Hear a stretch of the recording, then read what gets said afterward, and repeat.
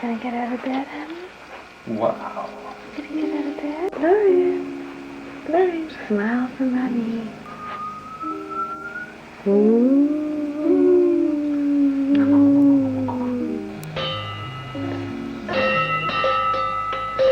Look at you go. Look at you go, sweetheart. Whoa. Oh. More sparkle glue. Whoa. Sparkle glue. I have a tendency to overcomplicate just about every problem that's arisen in my life, big or small. Maybe it comes from the anxiety that lingers behind every choice I make, no matter how trivial. I overlook the answer that tends to be right in front of me, and I'll do just about anything to stay inside my comfort zone. I see this younger version of myself moving effortlessly through life, wide-eyed, curious, a time when the day was fabricated from just the magic and boundaries of my own imagination. Creativity that flowed naturally, untouched by expectation, analytics, or outside judgment. So in a pursuit to rediscover my own forgotten magic, to reclaim that lost spark, I'm finding my way back.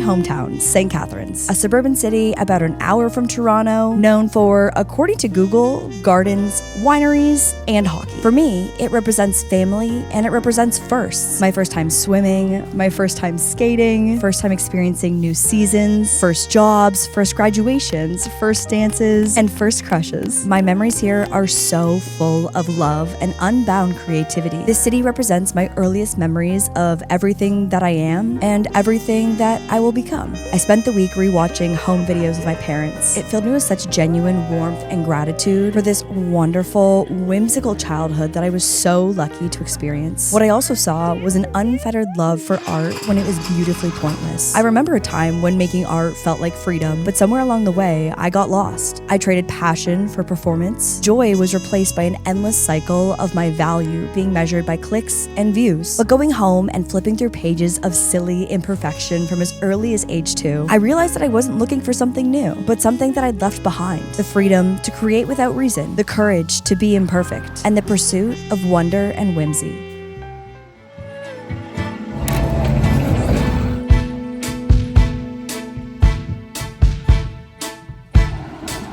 Next chapter, Toronto. Toronto has a complicated place in my heart. So much of the start of my career was born out of sadness and desperation. As I found success, it grew into a longing to be closer to whatever was beyond this city that felt like suffocation and isolation. But now, returning feels softer, less like reopening wounds and more like revisiting chapters. The city has seen me break, build, and grow. And instead of pain, I see perspective. I can appreciate the resilience that was forged from fending for myself for the first time in a city where I knew no one and had my life path turned upside down. Growth comes from the moments of discomfort, and I can't tell you just how uncomfortable that I was, am, and always will be with the unknown. The uncertainty of graduating and committing to a career that had no prior path paved and uprooting my entire life across the continent to California. But I did it anyway.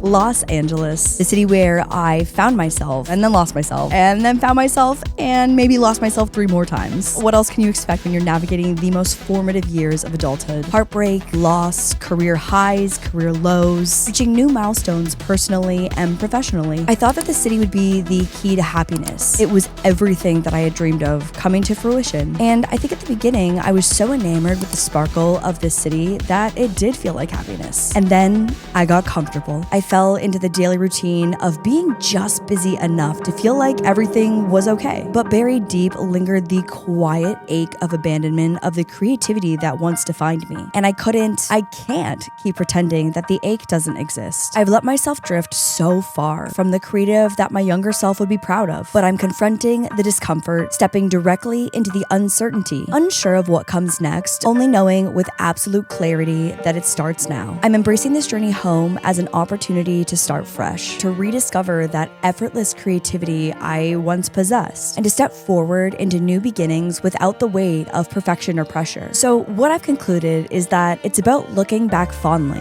but moving forward boldly, ready to flip the page to the next chapter of my story, unburdened by self-doubt and inspired by the boundless imagination that once shaped my world. All done now. More treats. Bangles. Bangles. You have cracker crumbs on your face too. Okay, Laura, you can say goodbye? Bye. See you later. Say bye. Wave bye to the camera. See you later. I'll search till I find You. The and my end. Lord Miyamaki. Say bye-bye, Daddy. Say bye-bye. Bye, Daddy. Bye. Bye, Daddy. Bye, Lauren. You're gonna bye.